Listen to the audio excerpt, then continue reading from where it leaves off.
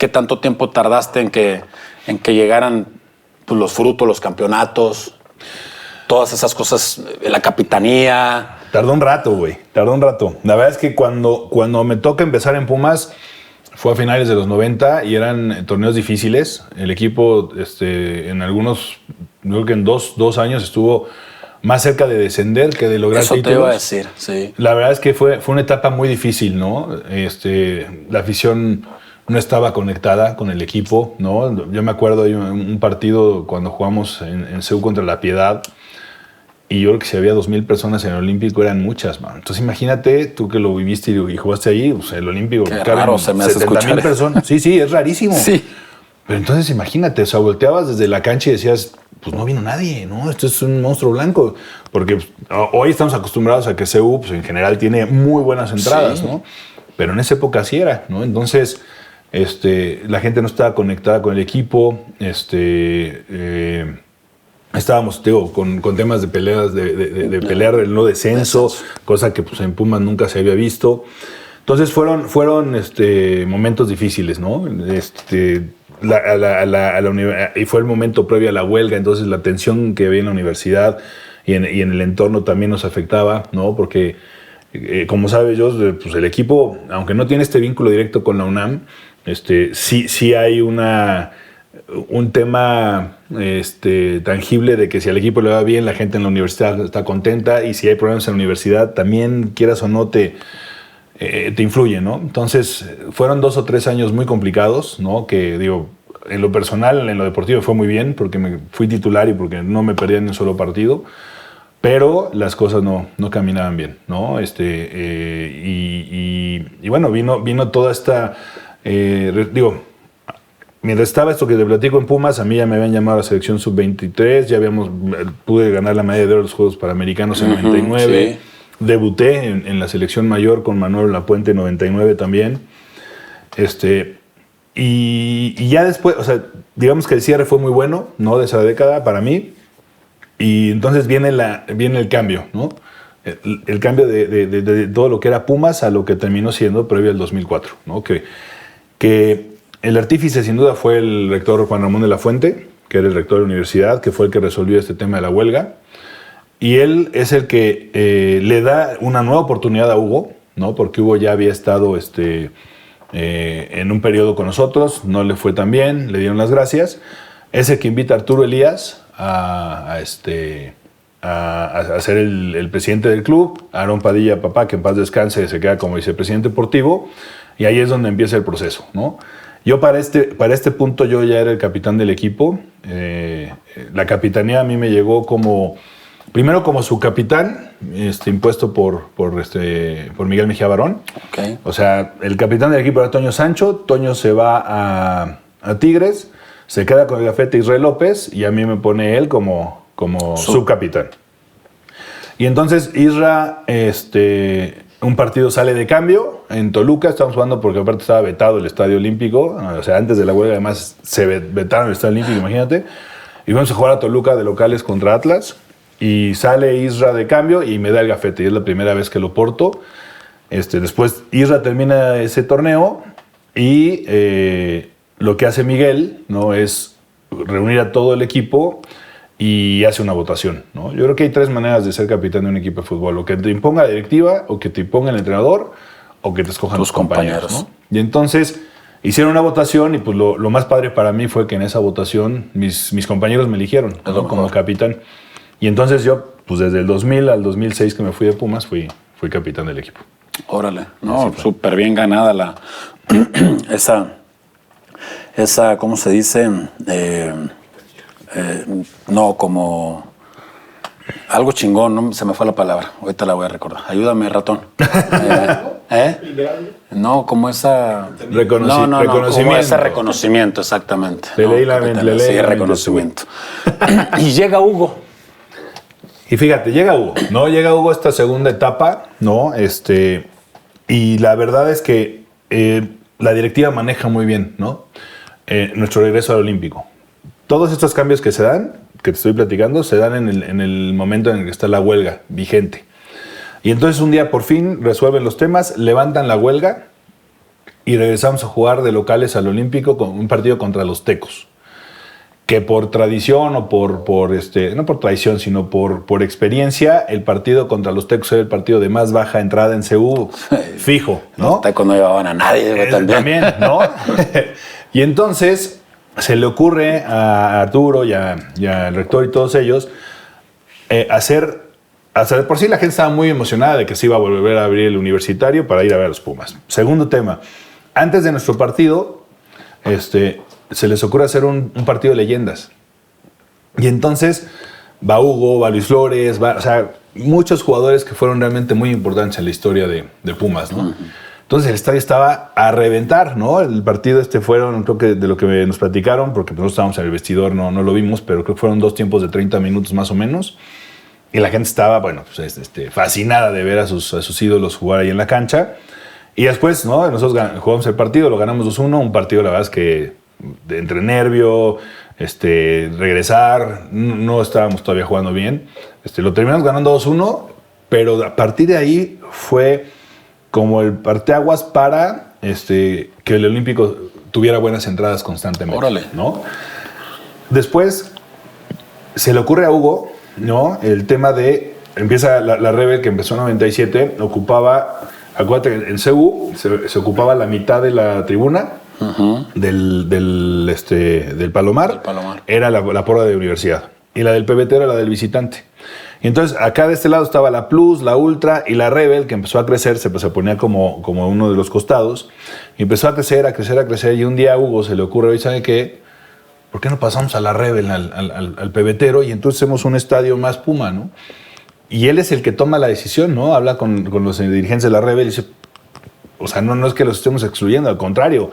Además, primer tema, cuando venían los Tecos, por ejemplo, pues, el tiro de la cámara daba que estaba vacío el estadio y por más que estuviera lleno de acá, pues la gente podía ver que no vino nadie al juego, ¿no? Sí, entonces, sí. Primero, poblamos esa tribuna, le decimos a la gente que sí viene gente a ver los partidos y además empezamos a hacer un ambiente Puma en todo el estadio, ¿no?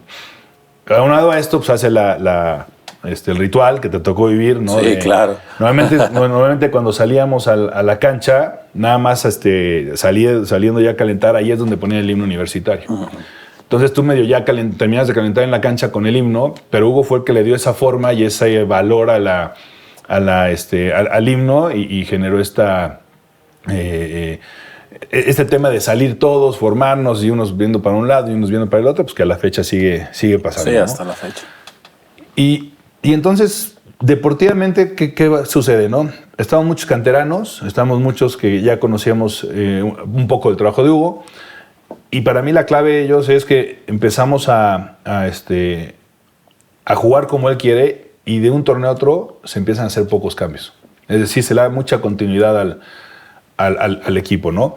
Más allá de que yo en el 2001 me rompo la rodilla, ¿no? Me rompo el ligamento cruzado, no juego todo un torneo, pero el equipo trascendía, ¿no? Y éramos constantes en liguilla y jugamos la primera Libertadores en 2003 y te digo, se incorporaron Leandro y Ailton y después se incorporaron Kikín e Íñiguez y después llegó Botero y después llegó Verón y el último que llegó fue Marioni, ¿no? Y todos los demás éramos la misma base, ¿no? Jimmy, Jerry, Sergio Bernal, Israel Castro, Gonzalo Pineda, o sea, toda esa base de canteranos.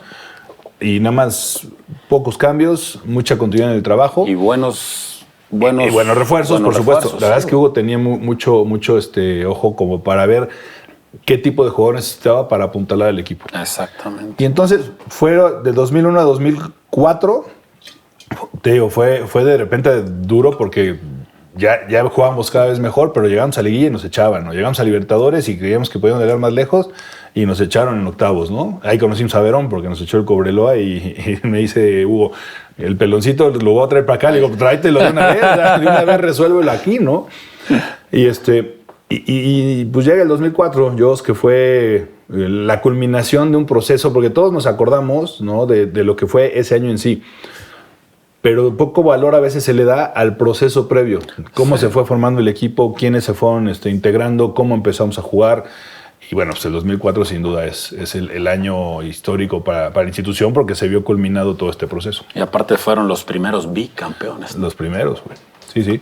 Y Tuvo mucho que ver Hugo Sánchez ahí. Sin duda. ¿Verdad? Sin duda. Platícanos un poquito qué fue lo que llegó a cambiar. Él siempre habla mucho de la mentalidad. Me imagino que tiene mucho que ver también. Sí. O sea, a ver, Hugo de repente se cuestiona mucho a Hugo como entrenador, ¿no? Y dice, no, es que Hugo no sabe nada. Hugo nada más es un buen, es un buen motivador, ¿no? Ajá. Que sin duda lo es, ¿no? Pero la realidad es que un tipo que es bicampeón en nuestro fútbol, algo bueno en el tema estratégico debe tener, ¿no? Sí, por supuesto. ¿Qué hacía Hugo? ¿Qué te puedo decir? Primero, nos convencía de que lo que estábamos trabajando nos iba a dar resultados. Segundo, creo que delegaba muy bien las funciones, ¿no? Tenía a Sergio Egea y a Sobuca García como auxiliares, tenía a Ariel González como preparador físico, tenía gente analizando en la parte de arriba de la tribuna, y entonces él dejaba, ¿no?, que todo el mundo trabajara en lo que él evidentemente planeaba en los partidos, y tenía para mí el toque de saber cuándo meterse, ¿no? Cuándo meterse en un trabajo, decir, hagan esto, ¿no? La frase de Hugo era siempre, háganme caso, cabrones, ¿no? Porque si yo lo logré, si me haces caso, lo podemos lograr, ¿no?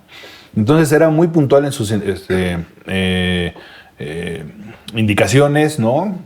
Cuando los interescuadras, la verdad es que los paraba muy poco, pero cuando los paraba era muy de, si ustedes hacen este movimiento, tú delantero busca la espalda, tú central ve y tú Verón cubre la espalda. En fin, muy certero en sus indicaciones y sobre todo en momentos claves. Analítico de video, muy cañón. O sea, nos echábamos 2 horas de sesión cuando analizábamos nuestros juegos y nos echábamos como 1 hora más o menos analizando al rival que íbamos a enfrentar. Y después todavía hacía ciertas ediciones y nos citaba en su oficina. A ver, Joaquín, vente, ¿no? Y me ponía 4 o 5 jugadas, 10, 15 minutos, explicando que necesito que hagas esto, aquí te equivocaste, aquí lo hiciste bien. Entonces, se apoyaba muchísimo en el video. Y yo creo que algo que fue clave, no más allá de todo lo deportivo que estoy diciendo, fue la manera en que nos trató y en que involucró a nuestras familias. Él nos dijo siempre, a ver, señores, yo los trato como figuras y les voy a exigir como figuras, ¿no? Los va a tratar de llevar a buenos restaurantes y vamos a llegar a buenos hoteles y les va a conseguir buenos partidos, ¿no?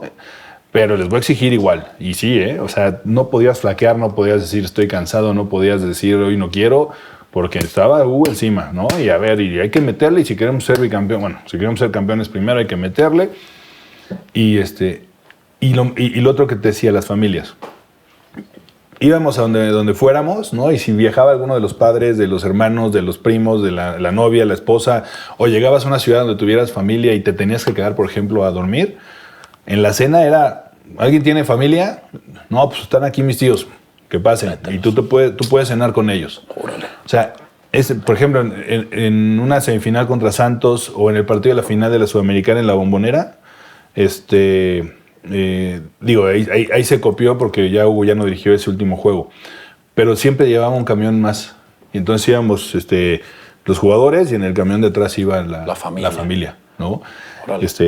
En Torreón la anécdota es que los aficionados de Torreón se equivocaron de camión y apedrearon el de los papás, ¿no? Y entonces imagínate, mi mamá estaba angustiadísima y yo, para que vea lo que se siente, sí, ¿no?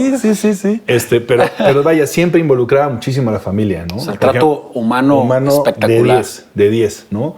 Y supongo que en algún momento vamos a llegar a platicar del Real Madrid, pero ese viaje en específico, lo que hizo Hugo por nosotros y por nuestras familias fue clave, ¿no? Pero yo te puedo decir de eso de Hugo, ¿no? Y el haber sido capitán de su equipo casi 5 años hace que lo conozca muy bien. Teníamos una comunicación muy directa. Me pedía ciertas cosas de, oye, Joaquín, esto que hables con tal jugador, lo estoy viendo flaquear o tal vez se tiene un problema. O sea, nos apoyábamos mucho, ¿no? Y entonces yo llegaba y le comentaba, oye, sí, fíjate que hablé con Josgard, y Josgard me dijo que tiene este problema, que no le está pasando bien. Y entonces él siempre, ¿cómo le ayudamos o cómo le hacemos? Siempre estaba muy atento a que todos estuviéramos tranquilos con nuestras familias y eso, como te digo, lo valoramos y lo disfrutamos mucho. No, Juaco, tú sabes que cuando uno está feliz, contento, tranquilo, va y entrena y si el entrenador te dice, a ver, primero es esta parte, lo humano, cómo está tu familia, cómo están tus hijos, te vas a tirar de cabeza. Así es, nos tirábamos de cabeza. Te vas a tirar de cabeza por él, sea bueno, sea malo, sea como sea. De acuerdo. ¿Verdad? Y aparte era bueno. Y aparte, ¿quién era, cabrón? aparte, Hugo ¿quién? Sánchez, güey. Exacto, güey. Peor, Exacto. o sea, con todo vas y te tiras, güey.